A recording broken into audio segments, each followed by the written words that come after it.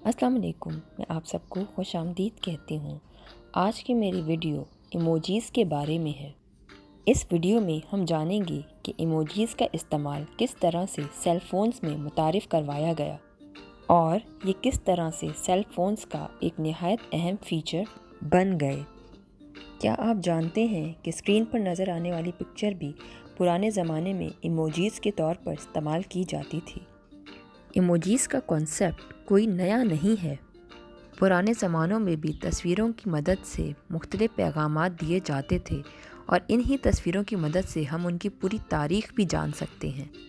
जैसे कि हम इजिप्शियन सिविलाइजेशन की तारीख़ को देख सकते हैं कि उन्होंने किस तरह हायरोग्लिफिक्स और पिक्टोग्राम्स के ज़रिए से अपने ख़यालात दीवारों पर अक्सबंद किए हुए हैं और अपनी तारीख़ को महफूज किया हुआ है, जो कि आर्कियोलॉजिस्ट के लिए काफ़ी कारआमद साबित हो रही है।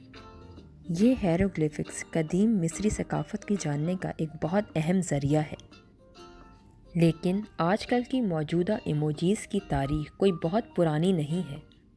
अगर हम 1990 की दिहाइयों का रुख करें तो हमें पता चलेगा कि पुराने वक्तों में चैट रूम्स में ये इमोजीज़ इस्तेमाल की जाती थी और एक ही इमोजी सबसे ज़्यादा इस्तेमाल की जाती थी और वो इमोजी लाफिंग वाली थी। जब आपने कोई बहुत ही मज़े की बात की हो या फिर किसी पर तंज किया हो तो इस इमोजी का इस्तेमाल किया जाता था। जापानीज़ डिज़ाइनर शिगेटाका कुरिटा को इन इमोजीज़ का बानी तस्वुर किया जाता है। NTT डोकोमो, जो कि जापान की एक सेल फ़ोन कंपनी है और जिसकी एब्रीवेशन है do communications over the mobile network, ये असल में एक कंपाउंड वर्ड भी है जिसका मतलब होता है एवरीवेयर, यानी कि हर जगह। ये हर तरह की सर्विसेज प्रोवाइड करती है आपके सेल फ़ोन के लिए। 1991 में NTT डोकोमो ने 176 इमोजीज़ बनाई और दुनिया के साथ मुतारिफ़ करवाई, जो कि उस ज़माने में मोबाइल फ़ोन्स और पेजर्स के लिए बनाई गई थी। इमोजी असल में जापानी ज़बान के दो लफ्ज़ों का मिलाप है, यानी तस्वीर और अल्फाज, यानी तस्वीरों की मदद से अल्फाज इस्तेमाल किए बग़ैर हम अपनी बात बयान करें। बहुत से लोग यही समझते थे कि शायद ये अंग्रेज़ी का लफ्ज़ है, लेकिन मज़े की बात तो ये है कि ये अंग्रेज़ी के लफ्ज़ इमोशंस यानी जज्बात से बहुत मिलता जुलता है, जिसकी वजह से ये गलतफ़हमी ने जन्म लिया।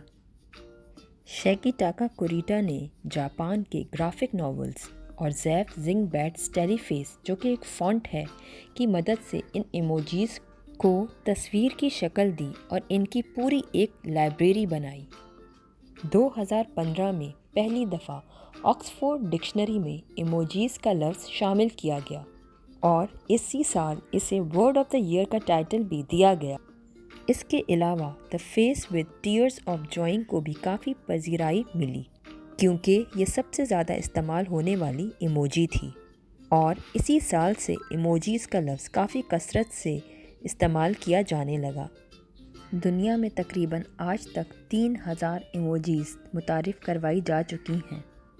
2020 में तकरीबन 117 नई इमोजीज़ मुतारिफ़ की गई थी, जिनमें से कुछ शिमला मिर्च, toothbrush, bubble tea, walking stick वाली शामिल हैं।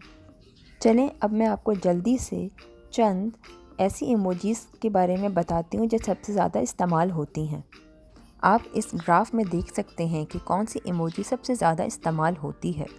सबसे पहले नंबर पर जो इमोजी है वो है लाफिंग विद टीयर्स, दूसरे नंबर पर smiling face with heart eyes, तीसरे नंबर पर फेस ब्लोइंग किस, चौथे नंबर पर rolling on the floor laughing, पाँचवें नंबर पर स्माइलिंग फेस, छठे नंबर पर हार्ट इमोजी, सातवें नंबर पर विंकिंग फेस, आठवें नंबर पर smiling face with smiling eyes, नौवें नंबर पर लाउडली क्राइंग फेस, जबकि 10वें नंबर पर भी स्माइलिंग फेस से रिलेटेड ही इमोजी है।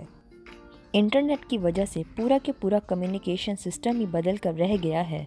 जैसा कि हम जानते हैं कि मैसेजेस करते हुए ना ही हम अपनी बॉडी लैंग्वेज को और वर्बल टोन को बता सकते हैं, اسی وجہ سے آج کل کی دنیا میں ایموجیز بہت زیادہ پاپولر ہیں، کیونکہ اس کے ذریعے سے ہم بغیر بات کیے اپنے تاثرات کو بہت اچھے طریقے سے بیان کر سکتے ہیں۔